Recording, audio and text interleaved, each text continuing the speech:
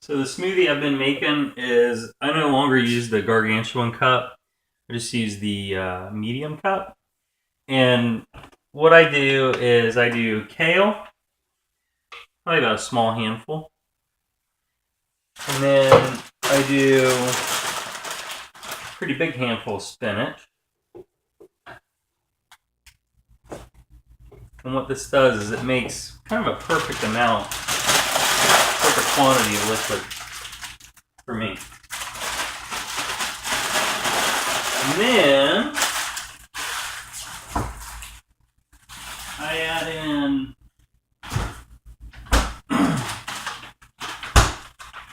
probably half a cup of blueberries, I'd say.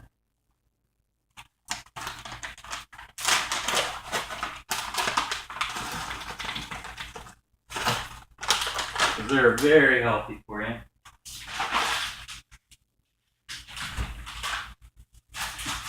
Oops. I have almond milk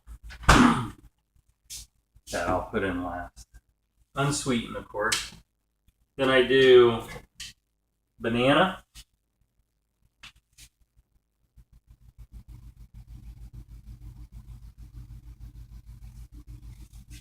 And this is a really good tasting smoothie. And then after this, I vary it.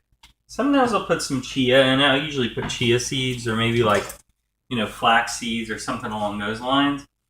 Sometimes I just combine them, actually. But since I have the fruit, so it's going to be sweet, and I have the greens, which you need to be healthy. You also need to have some kind of nutty flavor. So the veggie, fruit, and nut flavors all make this tolerable and a good balance of those in some way. So that doesn't mean equal portions. It's a fallacy to assume that balance means equal proportion. It really doesn't necessitate that. So I vary it. Sometimes I'll put almonds in. I usually put about 4, no more. Maybe a couple, between 2 and 4. And if you don't mind the calories, peanut butter, a scoop of peanut butter. We usually use Jif, but this stuff's pretty good too. They have natural peanut butter now, but I need to drop like 10 pounds, so I don't want to do that. So what I do is I actually have been taking a little bit of oatmeal, just raw, and I just put the equivalent of probably 2 tablespoons. I don't know, something like that. I don't use a whole lot because it's very high in carbohydrate. But there's almost no sugar. I don't think there is any sugar in it at all, if I'm not mistaken. 1 gram.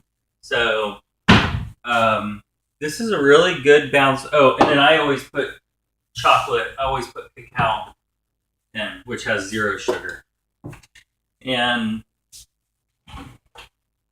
I hear some snobs saying, "Oh, well, you need cacao nibs." Honestly, I just look at the ingredients of whatever I'm doing. This is probably a full teaspoon worth of cacao is what I do to give it a chocolate flavor, and it works great. You don't want to eat cacao on its own without any fruit to sweeten it because it is absolutely disgusting. So after that, what I do to chill it is I do 4 ice cubes, and that seems to be a good ratio. I don't overwhelm this with almond milk either, but I've calculated this whole smoothie. It's about 330 calories to 350 calories, depending on what you use. Maybe something like peanut butter in lieu of oatmeal and all. I don't really believe in calorie counting, but I think it has its uses when you're comparing ingredients.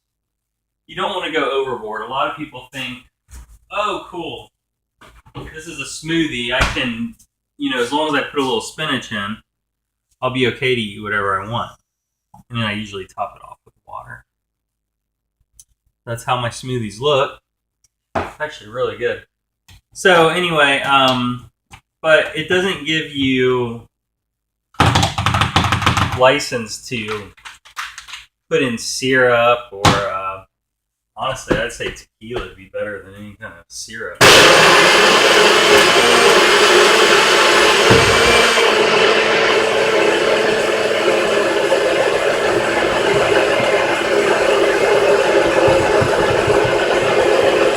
So I'm maxing the NutriBullet. I tried a Ninja, I had a NutriBullet. Pretty cool stuff. Both of them are good. The Ninja's cool because you can pack a ton of stuff in.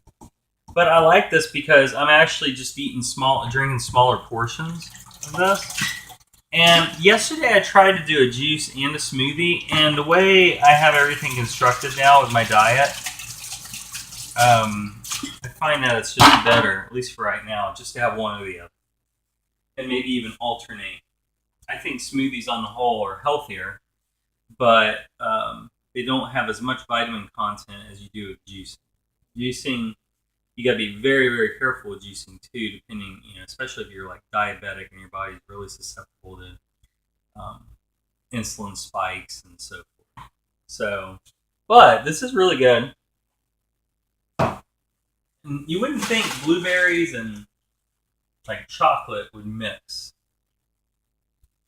but again, you can't isolate these individual ingredients. You're literally mixing them together, and that's where the balance comes in.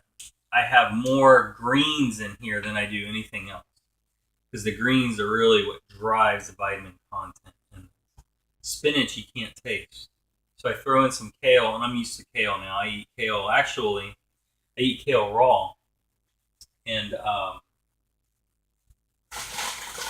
it's pretty good stuff. I just throw it into. I know I have some chia here.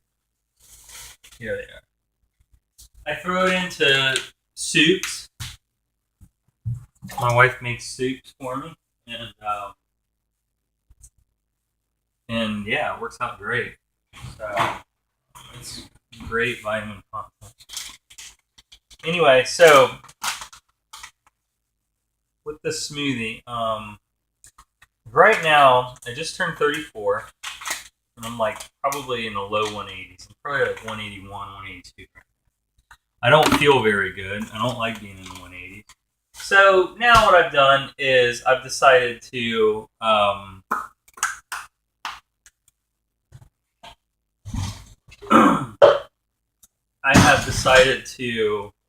shy away, no peanut butter.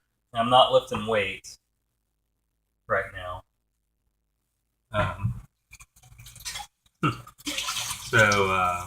Not that I would love to lift weights. It just can't seem to do it without getting hurt right now. So when you put chia seeds in, you want to wait about 5 minutes before you drink this. Oh, and then getting back to the ingredients. So if you actually take everything and you isolate everything, if you look at the quantity, I'm in consuming this. It's just a different form of the same quantity of food. So I would take a whole handful of spinach, half a handful of kale, half a cup of blueberries, and everything else in there, and a whole banana. If I was to eat that on its own, it probably wouldn't taste, it wouldn't taste anywhere near as good as doing it in a smoothie. But if I were to eat that on its own, it would take me probably 30 minutes, I would say. 20 to 30 minutes. So I think that's the amount of time that it should take for you to drink a smoothie. Some people go overboard and they say, oh, cool, I'm going to throw in everything I like because it's healthy. You have pineapple and banana and strawberries. And they even put fruit juice in. Fruit's filled with sugar. I think sugar's a good thing. In fact, you need it. If you didn't have sugar, you wouldn't really have any energy to do immediate action on it. But the whole goal is to find supplementation, or really not even supplementation, just nutrition. So I would vary these smoothies, and although I tend to make this pretty much every day, my smoothies just gradually change over time, and depending on what my needs are. I know with the kale and the spinach that I have every day, and blueberries, I feel pretty good. I'm healthy. My blood pressure is good. I still have a pulse of anywhere between 48 beats and 55, probably 48 to 53 to 54 beats a minute, and that's about average for me. Um, and so anyway, I'd still like to drop like 8 pounds or so, and get back to 175. I think it'd be good because I feel good at 175. But that's just where I am right now. So I like keeping these little logs, and that way I can know. I started this when I was 31. I've been doing this about 3 years. And when I say this, just adding vegetables into my diet.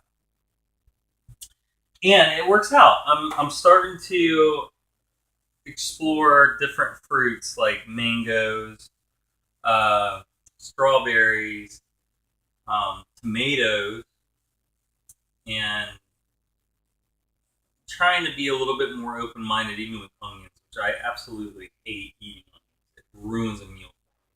But I love the flavor. I don't mind the flavor. I don't mind the flavor of any of it. Tomatoes, strawberries, disgusting, but and mango is too. So I'm trying to learn that, and then staying away from convenient food. I find that the more birthdays you have and holidays and stuff, the more this stuff lingers around your house, and if it's lingering in your environment, you're eventually going to eat it. If you work in a place where people are constantly exercising, you're eventually going to exercise. If you live in a place where you're constantly around people that yell at each other, you're going to get involved. So I think that's the biggest thing is whatever your environment is, you begin to emulate it. With everything going on right now, with the whole cops and Black Lives Matter and tons of stuff, very, very emotional stuff. I think a reflection of my points being reflected with the relationship with the media. The media ought to be ashamed of themselves for how much fuel they put on a fire that, quite frankly, would be nowhere near the magnitude if it weren't for their negative influence. And it just goes to show you that whatever you, the first 5 or 6 stanzas, I guess you would say, of the Dhammapada kind of put it in perspective. And essentially what it is with your thoughts, you create the world. Now, not mystically, not like Q on Star Trek, you think of something and it manifests. What they're saying is what you focus on, or what Siddhartha was saying, was what you focus on is what you eventually choose to focus your energy, like your actual action. So whatever it might be, whatever you're obsessing over, whatever you're concentrating on, you will choose to create that in some way. And you do it by your actions. So in saying that, it's difficult when you're married to someone or when you're living with a roommate who doesn't have the same goal or doesn't have the same care or even has different values in his or her environment. So I don't know a way around that really, other than to just take control of the environment or just leave it. I would say if it's really hampering, if there are drugs, if there are negative influences and stuff like that. So anyway, that's that. That's my recipe.